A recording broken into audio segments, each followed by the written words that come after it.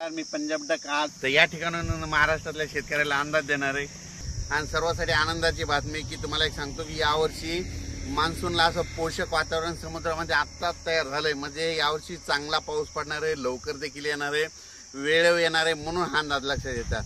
आणि तुम्हाला एक सांगू इच्छितो की यावर्षी या जवळपास 19 मेला अंदमान बेटावर मान्सून दस्तक देणार आहे। म्हणजे 19 मेला अंदमानवर मान्सून येणार आहे 19 मेला, म्हणून हे लक्षात येतं। आणि तिथून काय होतं की लगेच तिथून कंप्लीट 22 दिवसाला आपल्या केरळला येतो, तिथून 4-5 दिवसात म्हणजे 15-16 जूनच्या दरम्यान आपल्याकडे पाऊस येण्याची शक्यता आहे, म्हणून हे लक्षात येतं। यावर्षी चांगला पाऊस आहे, खूप पाऊस पडणार आहे, त्याच्यामुळे काही चिंता करायची गरज नाही।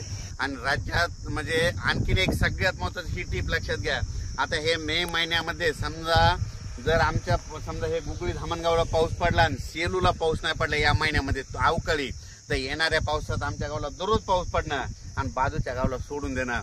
म्हणजे त्या गावाला पडणार पण थोडा कमी पडणार, पण जिथं उन्हाळ्यामध्ये जास्त पाऊस पडतो ना त्या भागाला पावसाळ्यात पाऊस जास्त पडतो आणि जे भाग सोडून देतो ते भाग मध्ये सोडून देतो, हे लक्षात येतं। अचानक वातावरणात बदल झाला तर लगेच एक पैसे दिला जाईल। धन्यवाद।